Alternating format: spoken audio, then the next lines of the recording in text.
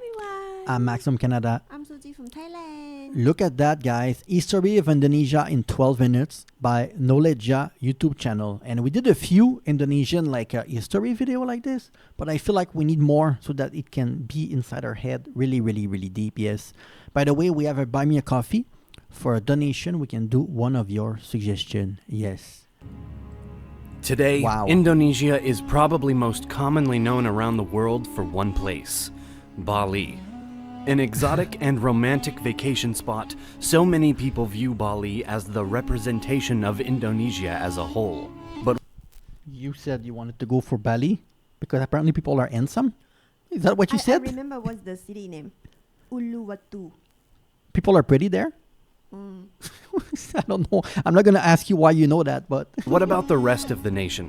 How did that one island and the rest that make up the entirety of Indonesia come to be what they are now? Where did the history of Indonesia begin? Like its neighbor of Malaysia, Indonesia can trace its first signs of modern human life all the way back to about 40,000 years ago. Although there is also archaeological evidence suggesting that 40,000 years may be an underestimate, and other ancestors of today's humans may have been present in the region as long as 1.9 million years ago. Yeah. Either way, the earliest reliable evidence of a sophisticated civilization in current-day Indonesia dates back to only about 400 BC. With the discoveries of Indian trade that's not a lot. 400 before Christ. Before Jesus. True. So it's like 2,000 something years ago. There's human that was alive 10,000 years ago, 20,000 years ago, and to survive. Yes. There was people before that, no? Because how did they make it to the island then? True. If everyone coming from Africa, they did not swim to Indonesia. So there's people that, they did not swim. you They know? made boat. Yeah. Actually, why? But going there by Oh, you boat survive, you made. survive, Yeah, you but survive. boat made of of what? goods in the region, and inscriptions found in West Java and eastern Kalimantan. It is also believed that trade with China would have been concurrent with the trade between the Indonesian archipelago and India. Commerce with these particular foreign nations would have also brought the religions of Buddhism and Hinduism to the islands, beginning or contributing to the outside influence on the region. Jumping ahead to the 7th century, the powerful trade-oriented Srivijaya Empire, originating from the island of Sumatra, flourished from the Malay Peninsula down to Java. Despite their remarkable success over multiple centuries, Srivijaya Empire was a center for the expansion of Buddhism in the region. This empire was the first united realm to dominate the archipelago. Srivijaya. the Buddhist empire of Srivijaya? Yeah. Oh, it's known also in Thailand? Yeah, you see that. Oh. That's not a big pagoda that Oh, yeah? still belong to that era. Oh. Srivijaya faced its decline after the Chola Empire from India seized their Sumantran territory of Palembang and apprehended their king in 1025. From that point on, the Srivijaya Empire essentially collapsed, making room for the Hindu kingdom of the Majapahit Empire. Founded in 1292, the Majapahit Empire rose to dominate the modern-day Indonesian region throughout the 13th and 14th centuries, prospering through trade as the Srivijaya Empire had done before them. Still, just as their predecessors, the Majapahit Empire hit a wall and began a rapid downfall. Theirs came after the death of one of their leaders, Gajah Mada, in 1364, and the following death of the king Hayam Wuruk in 1389. Leading up to this time, the Islamic faith founded Wait, so in who was having this area? I think that's the whole Borneo Island, right? Is it because they were leaving the middle alone because it's like forest and things like this and they don't care about that? So they just care about the coast where they can do trades? Yeah, or Because- maybe they did not even discover yet. Yeah. Because it's a big jungle. 1389. Leading up to this time, the Islamic faith found its way to the archipelago and began to really take hold over the ensuing centuries.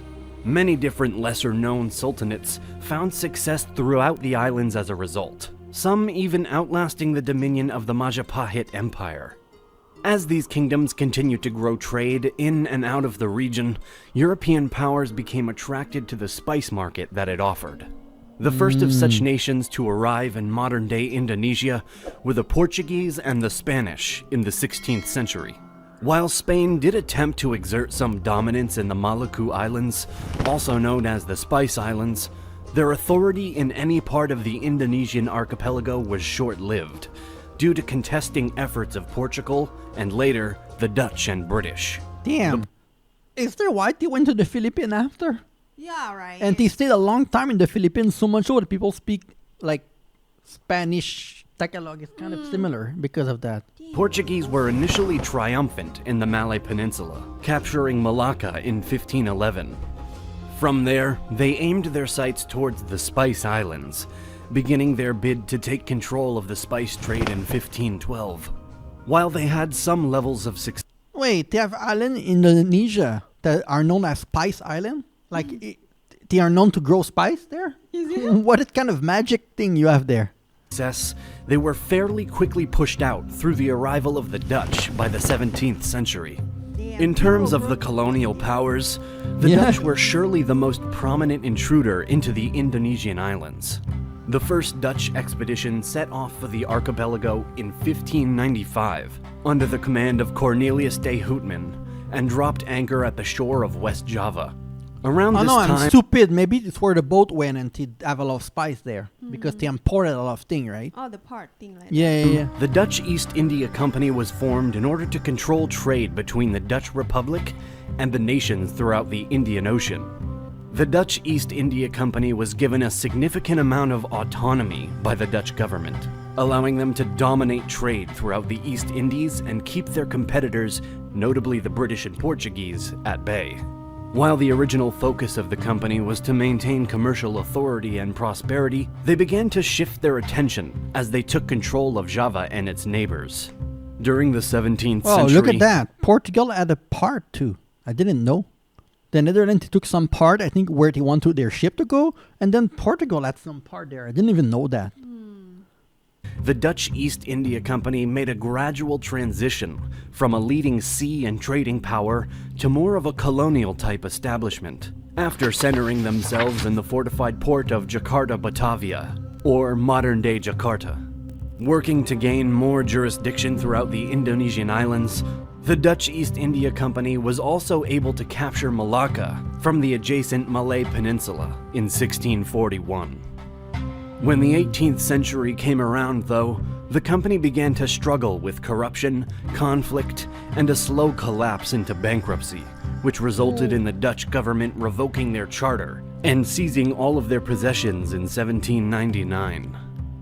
In 1800, the Dutch East Indies was founded, made up of what would later become Indonesia, but for the time being served as the new Dutch colonial administration in the archipelago.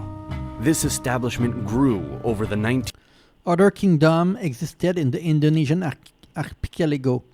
Surakarta, Palembang, Jamoi, Aceh, Kutai. and part of the 20th century, although some ups and downs such as the Javanese War from 1825 to 1830, No, ending in fight a each Dutch other. victory, did exist. Also, in 1825, the Dutch captured Palembang, the former territory of the Sriwijaya Empire. But we saw in another video that even though they are fighting, when the Dutch came here, they were speaking Malay to them, right? Yes. It's only rich people that were learning Dutch.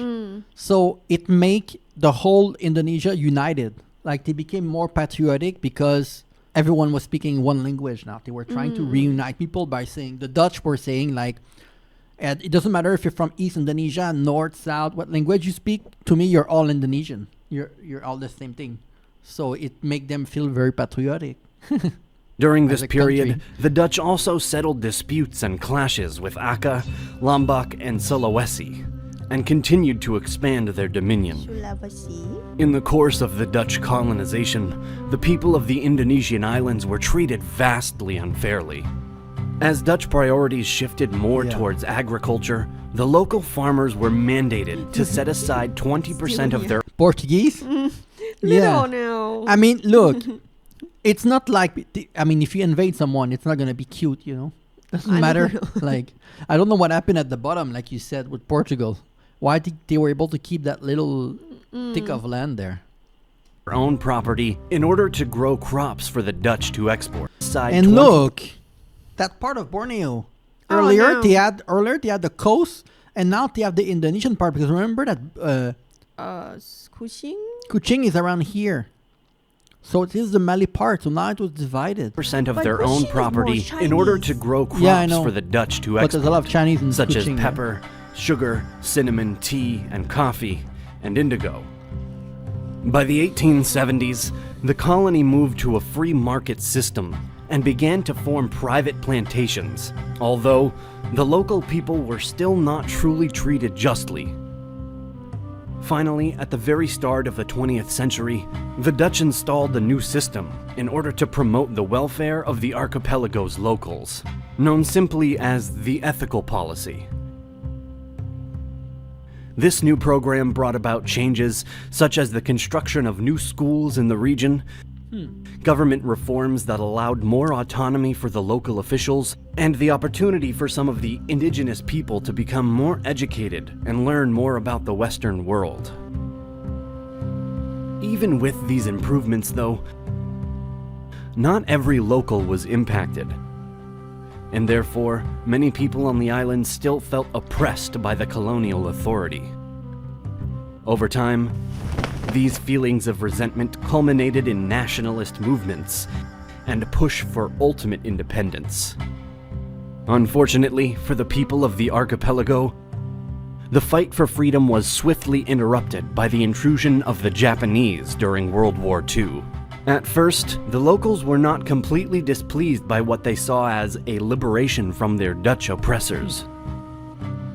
When the Japanese Empire of occupation of the Japan. region began, they were quick to win favor from the Indonesian people, doing so through their use of natives for administrative positions, unlike the Dutch and their willingness to support Indonesian nationalists.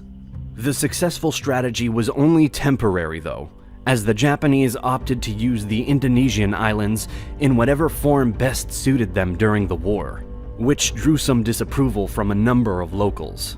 Still, the relationship between the Japanese and natives was not horrible, and as the Axis power began to face defeat in the World War, they threw their support even further behind the Indonesian independence movement. During the latter half of 19... Think about how many countries became independent after the Second World War. Think about the Philippines, right?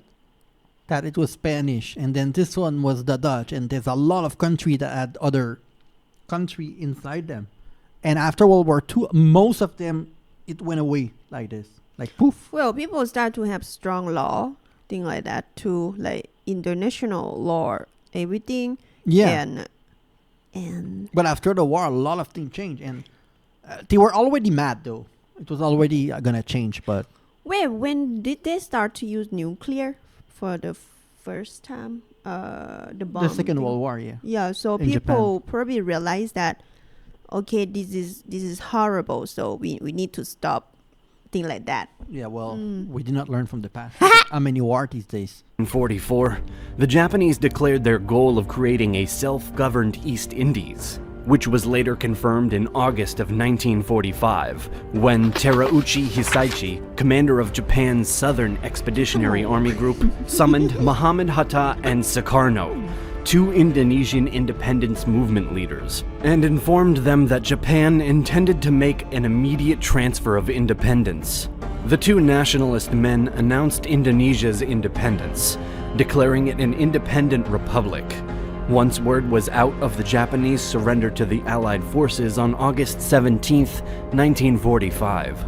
The proclamation of an independent republic was not quite so simple, though, and sparked a series of clashes between the Indonesians and the colonizing forces of both the British and Dutch. The British were less compelled to fight back, eventually withdrawing as the Dutch stepped in to try and retake their former possession. After repeated failures, Damn. unsuccessful police actions, and growing condemnation from the far west, such as Wait, so the Dutch tried to come to take it again? The British tried to give up quickly, and then the Dutch tried, and like people in the Western country were like you said, hey, What are you doing now? You know. The U.S., at long last, in the final weeks of 1949, Well, but I the understand Dutch them. They recognized probably had a lot Indonesia. of The money following in there years marked too. the time of political and constitutional development, accompanied Yeah, because we need to understand that the world is about colonizing. It's about power. It's about having influence in other countries, right? Actually, I think So- this is what the Dutch do, that what people also doing this day. They're not really use force, but they are use business to conquer. Because Like what happening to my country, thing like that. yeah, but think about why Israel is so important for America. It's because Israel is like the Middle East. There's a lot of oil. There's a lot of thing there, and America have have an ally there, and they know what's going on. They can gossip to America about everything that's going on in the Middle East. That's why they value Israel so much. Yeah. by agricultural and economic ups and downs as well. Beginning first as a parliamentary democracy, subsequently following what then President Sukarno called a guided democracy, started in February of 1957. The republic then fell into the hands of a dictator, former General Suharto. Suharto, Oh, Suharto. in 1966, Suharto. before finally returning to a democracy as of 1999. Today, Indonesia is still growing and developing as an independent nation, and an overall population of roughly 273.5 million people in 2020. The Republic More of now. Indonesia is now led by their seventh president, President Joko Widodo of the PDIP, or Indonesian Democratic Party of Struggle. I need a video about Borneo. How it finally got divided this way.